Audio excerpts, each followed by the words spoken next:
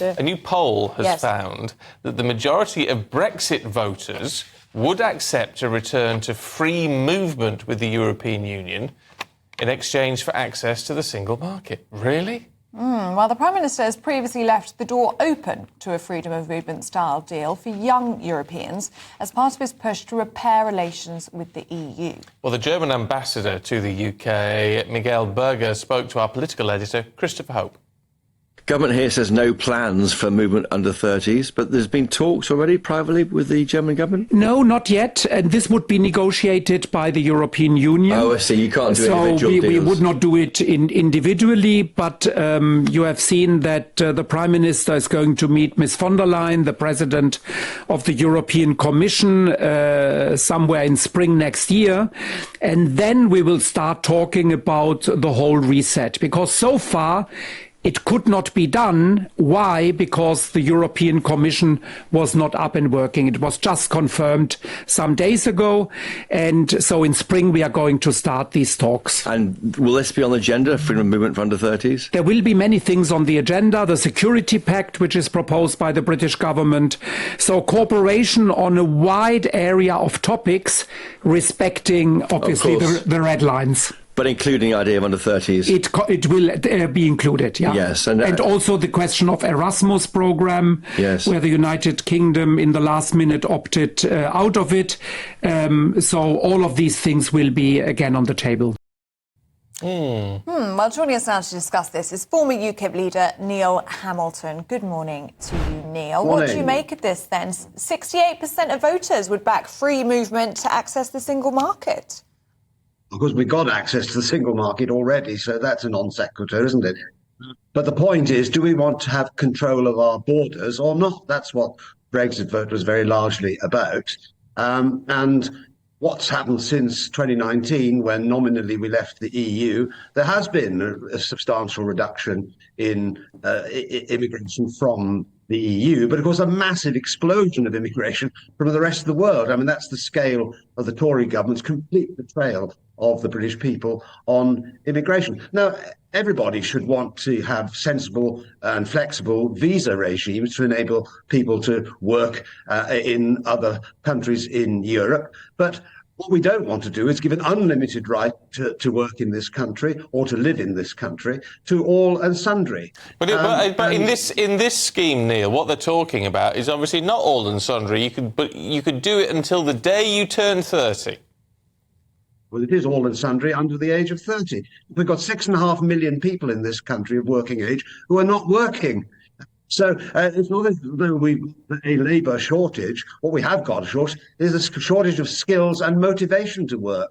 And that's something that the government should be concentrating on, not starting to dismantle the entire Brexit deal. We knew Keir Starmer never accepted the referendum result. He wanted to have a second referendum until that became politically embarrassing to him. And now what they're trying to do is by stealth to lock us back into the EU, but in a worse position than we would have been if we'd stayed in, because at least in those days, we were part of the decision-making process in the Council of Ministers, and we had MEPs for all the use that they were on the whole. But nevertheless, we were able to participate in the debates on the laws by which we were governed. Outside the EU formally, but subject to the regulations that they make, we've been in a worse situation before. But Labour are quite happy with that, of course, because they prefer to be governed by Brussels. And as they're so useless at doing it from Westminster, in some ways we might be better off. They could either do a worse job than Starmer and Reeves are doing now.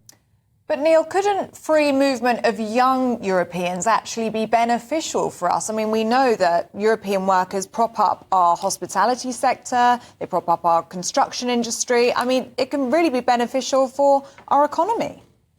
Well, where there are shortages of skills, of course we can make up the shortfall by having a visa regime.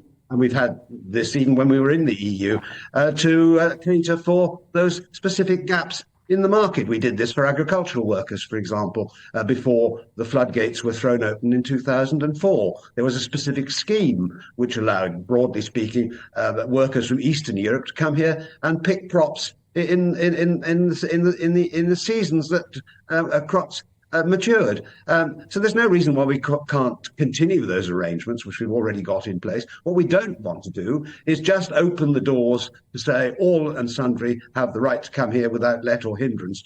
In other parts of the world, don't think this is a highly controversial proposition. Why should it be so controversial in Britain? It's true that the European economy is failing generally, in Britain with it.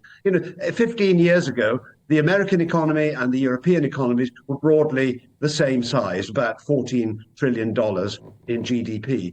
In the last 15 years, the American economy has virtually doubled in size, whilst the European economy has stagnated. We've increased the 14 trillion to 15 trillion in Europe. In the United States, that 14 trillion has been increased to 27 trillion. We're shackling ourselves to a donkey in the EU if we go down the route that the Labour Party wants. We should be doing is shackling ourselves to the racehorse of the United States. And under Trump, the US economy is going to roar ahead even faster than it has done in recent years. So that's what we should be doing. If we want to have a prosperous, growing population and a workforce that's better paid, we need to be trading and having our trading relationships which are favourable with those parts of the world that are growing, not those like Europe, which is stagnating. OK, Neil, got to leave it there. Good to see you. Thank you very much indeed. Some breaking news, and the UK economy shrunk by 0.1% in October. Well, it's the second month in a row that the economy has contracted. Well, the Chancellor, Rachel Reeves, has responded to this. She's acknowledged that the figures are disappointing, but reiterated the plans in place will boost long-term economic growth. Well, the Shadow Chancellor of the Exchequer, Mel Stride, placed the blame on the budget. Right. No surprise there. May have a point. Who knows? Well, we're joined now by GB News political editor Christopher Hope. Good to see you, Christopher. Not good news for the government for growth, is it? No, and we're saying there, aren't we, heading for a Reeves recession on screen with a question mark, because we won't know if there's a recession until the end of the first quarter 2025. But if you have two consecutive quarters of no growth, we're in a recession, 2 months now in this current quarter, or rather I should say in September and October, over 2 quarters, 0.1% down, is a worry. And no wonder the Tories are blaming the budget. They are saying it's no wonder companies are sounding the alarm. The falling growth shows a stark impact of the Chancellor's decisions and continually talking down the economy. This is a government which won the election on trying to be the fastest growing economy in the G7 by the end of the decade. That's now an aim after that watering down in that mission speech by Keir Starmer. OK, we mentioned Mel Stride, the Shadow Chancellor. I think we've got a clip of him we can listen to. These are stark figures. This is the second consecutive month in which the economy has contracted. Now, bear in mind that the government actually inherited the fastest growing economy in the G7 from the last Conservative government. And what this shows is that this government's constant talking down of the UK economy is coming through in these numbers. Now, of course, we've had a budget. We're going to be seeing higher taxes, higher inflation, higher interest rates, downward pressure on wages and higher unemployment. And so it's no surprise that businesses right up and down the country are now sounding the alarm. See, what I don't understand with that, Chris, is, I mean, Mel Stride's saying they're talking the economy down. From my perspective, they're almost doing the opposite. They're talking everything up. We're the government of growth. We're building the foundations. But it's the actions that aren't following through on any of it. Yeah, well, that's probably part of the same coin if you're at Mel Stride. That's right. I mean, they have increased taxes on employment. It's 2% more expensive to hire somebody now than it was. That will have a downward pressure on jobs. There's obviously battles over the inheritance tax for one part of the economy, on the farmers. We know about the choices they've made about the winter fuel allowance for 10 million pensioners. The context is how bad they said they found, and it's been partially proven by the OBR, a £22 billion black hole when they came into power, and that's justifying the increase in taxes and maybe some of the spending choices. But yeah, I mean, I think there's a choice being made here by this government to increase the state's involvement in our lives. We're seeing that today with Ed Miliband's announcements about wind farms and the like and green power. It's a big gamble, but I think for many people, for 14 years, they haven't got that much well off than they wanted to under the Tory party. It's time for a new idea. Labour's got it. The Tories are saying it's not working. What do you make of Rachel Reeves' reaction to these figures this morning. I mean, she's admitted they're disappointed, but she's defiant, isn't she, saying that her plans are going to boost long-term growth? Well, she says we're determined to deliver economic growth, and I'm determined to go for a run tomorrow. Whether I stay in bed all day is a different matter. I mean, being determined is one thing, and offering up policies which provide growth. And as you say, correctly, Stephen, I think, is it right that we are taxing companies more and expect them to grow more? They will be pulling back growth decisions probably, and this may be the result. So I think this could be, the words are strong, Ellie, from the Chancellor, but whether they actually work, well, it looks like maybe not at the moment, but we'll wait and see. But this is the rock and the hard place, isn't it, that the government finds himself in, where they say, well, we need to pull more cash in, but we want to grow. You can't... Have they been naive in the run-up to the election, thinking, actually, we can do it all? But the reality is, obviously, you can't. I think they're trying to say all things to all people to win power. They made promises on the tax lock is seen by some to be a problem. That's not increasing national insurance, although they have done for employers. VAT and income tax, some areas around there, top rate of income tax may be more targeted, possibly at the richer people who can afford taxes. But yeah, I mean, it's been very, very difficult for them. They wanted to, I mean, some critics say they were very keen to beat the Tories. But then what? When is the idea? In the same way with the Tory party, with Boris Johnson, get rid of Corbyn, deliver Brexit in 2019, and then what? I think the then what hasn't been answered yet by this government properly. Yeah, but you go. But 6 months in, I mean, this is the crazy side of it all. You would imagine they were going in with a then what plan for at least the first 12 months, wouldn't you? The first parliamentary year. Well, the missions announced last week in Parliament Studios, I think, are quite limited. I mean, where the big issues, benefits bill is going to be being huge by the end of this decade. How will you deal with that? And that is tough choices.